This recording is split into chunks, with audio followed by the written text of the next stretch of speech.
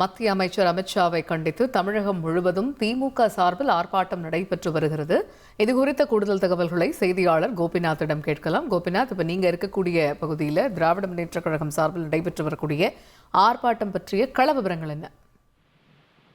தமிழகம் முழுவதும் மத்திய அமைச்சர் அமித்ஷாவை கண்டித்து எதிர்கட்சிகள், திமுக உள்ளிட்ட எதிர்கட்சிகள் ஆங்காங்கே மாவட்ட தலைநகரம் மட்டுமல்ல தாலுகா தலைநகரில் ஆர்ப்பாட்டத்தை காலை முதலே தொடர்ந்து நடந்துட்டு இருக்காங்க.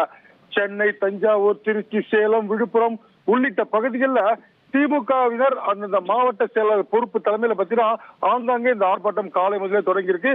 டாக்டர் அம்பேத்கரை சிறுமைப்படுத்தி பேசியதாக மத்திய அமைச்சர் அமித்ஷா மீது குற்றம் சாட்டி கோஷங்கள் எழுப்பப்பட்டு தொடர்ந்து அவர் பதவி விலக வேண்டும். இதுதான் இவங்களோட முக்கியமான கோரிக்கை இருக்கு. ஆர்ப்பாட்டத்தின் போது பிரதமர் மோடி அவர்கள் அமித்ஷாவை உடனடியாக பதவி நீக்கம் செய்ய வேண்டும்.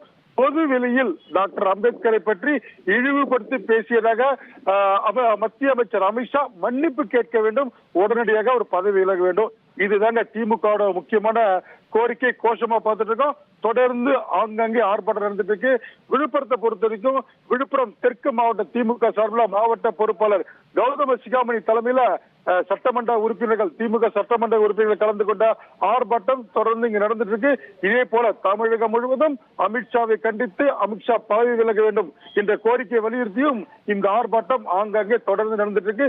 மேலும் அவர் பதவி விலகும் வரை இந்த போராட்டம் தொடரும் என்பது திமுகவுடைய கோஷமா பார்த்துட்டு இருக்கோம். தகவல்களுக்கு நன்றி கோபி. செய்திகளை உடனுக்குடன் தெரிந்து கொள்ள உடனே சப்ஸ்கிரைப் பண்ணுங்க.